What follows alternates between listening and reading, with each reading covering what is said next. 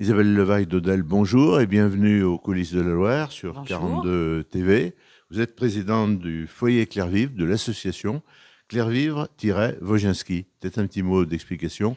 Tout le Oui, monde ne connaît pas cet tout architecte. à fait. Alors, je ne suis pas présidente, je suis coprésidente. Nous D'accord. sommes deux présidentes, Ok. avec Françoise Richter et moi-même. Nous sommes Oui. coprésidentes de l'association Hmm. Clairvive-Wozinski. Wozinski était un collaborateur de Le Corbusier. Oui. Et quand il a rompu avec Le Corbusier à un moment donné dans sa vie, mais c'est Wozinski qui a créé ce bâtiment-là, qui a fait les plans et qui l'a fait construire. Et ce bâtiment-là, dès le départ, a été construit pour être un foyer de jeunes travailleurs, donc pour aider l'habitation. L'habitation, l'hébergement, le logement de jeunes actifs, de jeunes ouvriers qui venaient travailler à Saint-Étienne. Et c'était un habitat assez révolutionnaire à l'époque, puisque c'est un habitat qui a été construit en Voilà, j'allais vous demander la précision. 1962-63. Oui, Voilà. oui. Donc, en fait, Hmm. les 60 ans Hmm. entre Hmm. l'année 2022 et 2023, donc en fait, les 60 ans du bâtiment. Hmm. Et c'était assez révolutionnaire à l'époque parce que les chambres sont constituées avec une salle de bain, ce qui en 1962 n'était pas forcément Oui. très courant Hmm. dans les habitats de Saint-Étienne. Donc une salle de bain, des toilettes, une douche, et qui sont complètement intégrées au logement et à la chambre. Donc c'était assez révolutionnaire, c'était assez avec une modernité très forte, puisque voilà, on avait un habitat à Saint-Étienne qui ne possédait pas forcément toutes ces qualités-là. Est-ce qu'il y avait d'autres centres identiques dans le reste de la France Alors, des foyers de jeunes Oui. travailleurs, oui, Hmm. mais pas construits par Wozinski. Oui, bien sûr. Voilà. Mais Oui. des foyers de jeunes travailleurs, oui, parce que les années 60-70 ont été un grand mouvement social qui a permis à de jeunes actifs, à des jeunes ouvriers, de se loger à moindre coût. Puisque dans un foyer de jeunes travailleurs, alors maintenant, on prend plus trop ce vocable-là, on dit Hmm. plutôt un habitat jeune, puisque Hmm. on a Il y a une des mixité étudiants de aussi. on a des étudiants, Hmm. on a une mixité de Hmm. population avec des jeunes étudiants, avec des jeunes qui sont en insertion, Hmm. avec des jeunes isolés qui sont confiés par l'aide sociale à l'enfance. Hmm. Donc, on abandonne Oui, un petit peu un le public vocable assez jeune diversifié. travailleur, Hmm. mais Hmm. on parle de habitat jeune. Et les habitats jeunes, ben oui, il y en a dès 62, il y en avait énormément en France, et c'est quelque chose qui se développe énormément. Quel est le taux d'occupation 100% ou est-ce qu'il y a Non, des un places petit peu moins libres? de Un petit peu moins. 100%, on doit être à 80%. Sur une Alors, totalité de studios, ça fait... alors on a des chambres et quelques studios. Il Oui. faut dire que sur Clairvy-Wozinski, on a quand même deux activités. C'est-à-dire qu'on a l'activité Habitat Jeune, qui Hmm. est faite sur deux sites. Le site de centre-ville, rue Élisée-Reclus, qui était Oui, anciennement le Pax, avec la salle de spectacle Le oui, Pax, oui, oui. et puis Hmm. le bâtiment historique de Hmm. Clairvy-Wozinski, qui est rue de Roubaix, donc sur le haut du Cré de Hmm. Roc. Mais sur le site de Roubaix, on a également un centre international de jeunesse, donc qui est dans un réseau qui s'appelle Éthique Étape. Et en gros, c'est une auberge de jeunesse. C'est-à-dire qu'on D'accord. accueille des Des étudiants, là, individuels, peut-être? on Hmm. accueille des groupes, Oui. on accueille des groupes à l'occasion de compétitions sportives et de choses comme Ah oui. ça. Oui. Donc sur le CIS, sur Centre international de séjour, on a 118 places. Oui. Donc on peut accueillir jusqu'à 118, 120 personnes. Sur les deux habitats jeunes, donc au Pax, on a 102 places qui représentent à peu près 74 logements. Et sur Clairvivre, on a 122 places qui correspondent à 88 logements. Puisque dans certains logements, il peut y avoir 2 ou 3 lits. C'est pour ça qu'on Hmm. parle à la fois de places et de logements. Alors j'imagine qu'il y a aussi du personnel d'entretien. Et peut-être, vous avez évoqué des jeunes mineurs. un encadrement social de On professionnels a aussi. non seulement du personnel d'entretien, mais Oui. on est sur la permanence des services, et c'est les Mhm. services en permanence, Mhm. ce qui veut dire qu'on est ouvert 7 jours sur 7, 24 heures sur 24 et 365 jours par an. Donc on a des veilleurs de nuit qui Mhm. assurent la nuit, ce qui fait que dans un habitat comme les nôtres, ben, il y a toujours quelqu'un de référence Oui. qui peut être appelé. On a des éducateurs, on a des animateurs, parce que ce qui compte aussi beaucoup, c'est que non seulement il y a une mixité de population, mais c'est aussi un logement accompagné. Alors Oui, ça veut c'est pas dire un quoi? hôtel, hein, c'est pas. Voilà, c'est Ouais, pas un ouais, hôtel, c'est pas une résidence ouais, étudiante, ouais. c'est pas Mhm. juste on arrive avec sa clé et on rentre. On a des animations collectives, et comme on a aussi des jeunes qui nous sont confiés par le département, par Mhm. l'aide sociale à Mhm. l'enfance, eh bien nous avons un accompagnement individuel qui est sur l'intégration sociale, l'intégration citoyenne.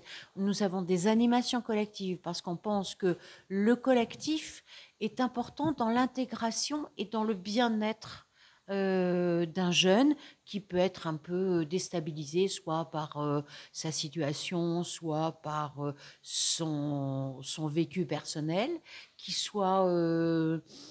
qui viennent de Tombouctou, qui Mhm. viennent de Strasbourg, et que le collectif, on l'a vu au moment du confinement Oui. et des différents confinements 2020-2021, le collectif a aidé certains jeunes à ne pas perdre pied Mhm. et à garder leur santé mentale Mhm. de façon Et un petit peu de. optimiste. Voilà. Alors, vous avez évoqué la naissance de l'établissement. Est-ce que depuis, il a fait l'objet de travaux d'isolation, de travaux techniques, de Alors, modernisation diverses? de 2012 à 2015, il y a eu une grosse réhabilitation de ce bâtiment qui n'avait pas été du tout touché ni rénové entre 1962 et 2012. Donc, c'est comme ça que pendant 3 ans, de 2012 à 2015, il y a eu un gros effort de réhabilitation qui a été mené en partenariat bien, avec la ville, avec Mhm. l'État, avec le conseil départemental, avec le conseil régional, avec Action Logement, bien sûr, Oui. avec la CAF. Donc, ce sont Mhm. l'ensemble de nos financeurs qui nous ont aidés à réhabiliter ce bâtiment.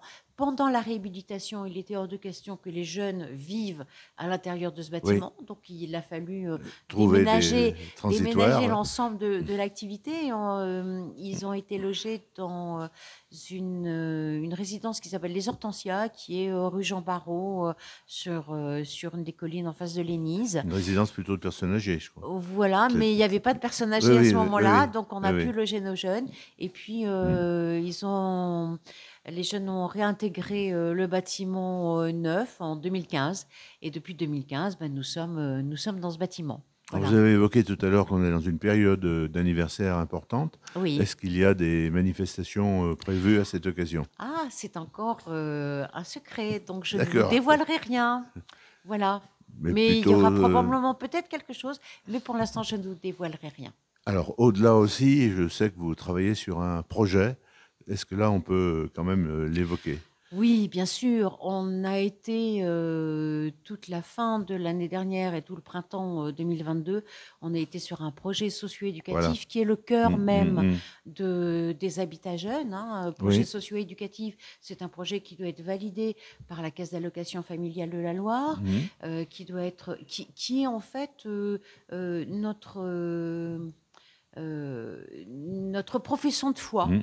Mhm. en quelque sorte, qui se Notre ADN, comme décline. on dit aujourd'hui. Voilà, notre ADN. J'aime bien profession de foi Oui. aussi, ADN, c'est bien, qui porte nos missions et nos valeurs, Mhm. puisque notre mission, c'est d'accueillir, d'héberger, c'est d'intégrer et d'accompagner, Mhm. et c'est de faire valoir le collectif et de rendre l'individu à l'intérieur du collectif, et c'est l'ouverture aussi au monde, et c'est l'ouverture au territoire. Donc ce projet associatif et ce projet collectif et socio-éducatif, il comporte 4 grands volets, qui est de structurer l'accompagnement Oui. individuel, Mhm. de développer le collectif, de trouver et de reprendre notre place sur le territoire pour s'ouvrir aux besoins du territoire et aux envies du territoire. Et puis c'est aussi de façon transversale d'essayer de faire qu'on travaille collectif. Parce que ce qui est important dans une structure comme la nôtre, qui est une résidence sociale, avec des valeurs qui sont portées, qui sont l'humanité, la solidarité, la laïcité, eh bien ce qui est important, c'est de travailler de façon collective, de façon intégrée et participative. Et c'est ce que nous avons essayé de faire pendant toute l'année 2022 pour porter ce projet-là. Et il a été porté de façon efficace, avec optimisme, et ce qui nous ouvre des perspectives de dynamisme pour l'association qui sont tout à fait importantes, intéressantes et qui nous tiennent à cœur. Le temps passe vite avec quelqu'un qui est passionné. Peut-être pour terminer, est-ce que vous avez une fédération, des rapports avec d'autres centres un peu identiques répartis sur le territoire national? Alors oui, bien sûr, puisque pour les habitats jeunes, nous adhérons à un réseau professionnel qui est l'Union des habitats jeunes, et nous avons des réunions régulières avec les autres habitats jeunes. Sur la Loire, alors sur Saint-Étienne, nous sommes le seul habitat jeune, mais sur la Loire, il y a également Montbrison et Roanne, qui sont des habitats jeunes aussi, avec lesquels nous avons des relations fréquentes et régulières. Sur le CIS, Centre international de séjour, nous sommes adhérents du réseau Éthique Étape, et la semaine prochaine ou dans 10 jours, il y a l'Assemblée générale d'Éthique Étape, où nous allons retrouver l'ensemble de nos collègues qui portent les valeurs de tourisme social des centres internationaux de séjour. On aura peut-être l'occasion de vous réinviter pour nous parler un petit peu justement des 4 thématiques de votre plan d'action.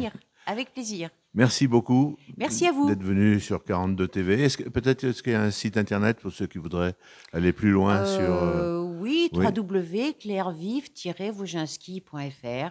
Et vous aurez toutes les informations. WOGENSCKY. Voilà. Alors c'est un peu compliqué, hein, mais on y arrive. Il n'y a pas de souci. Merci beaucoup. Merci à vous.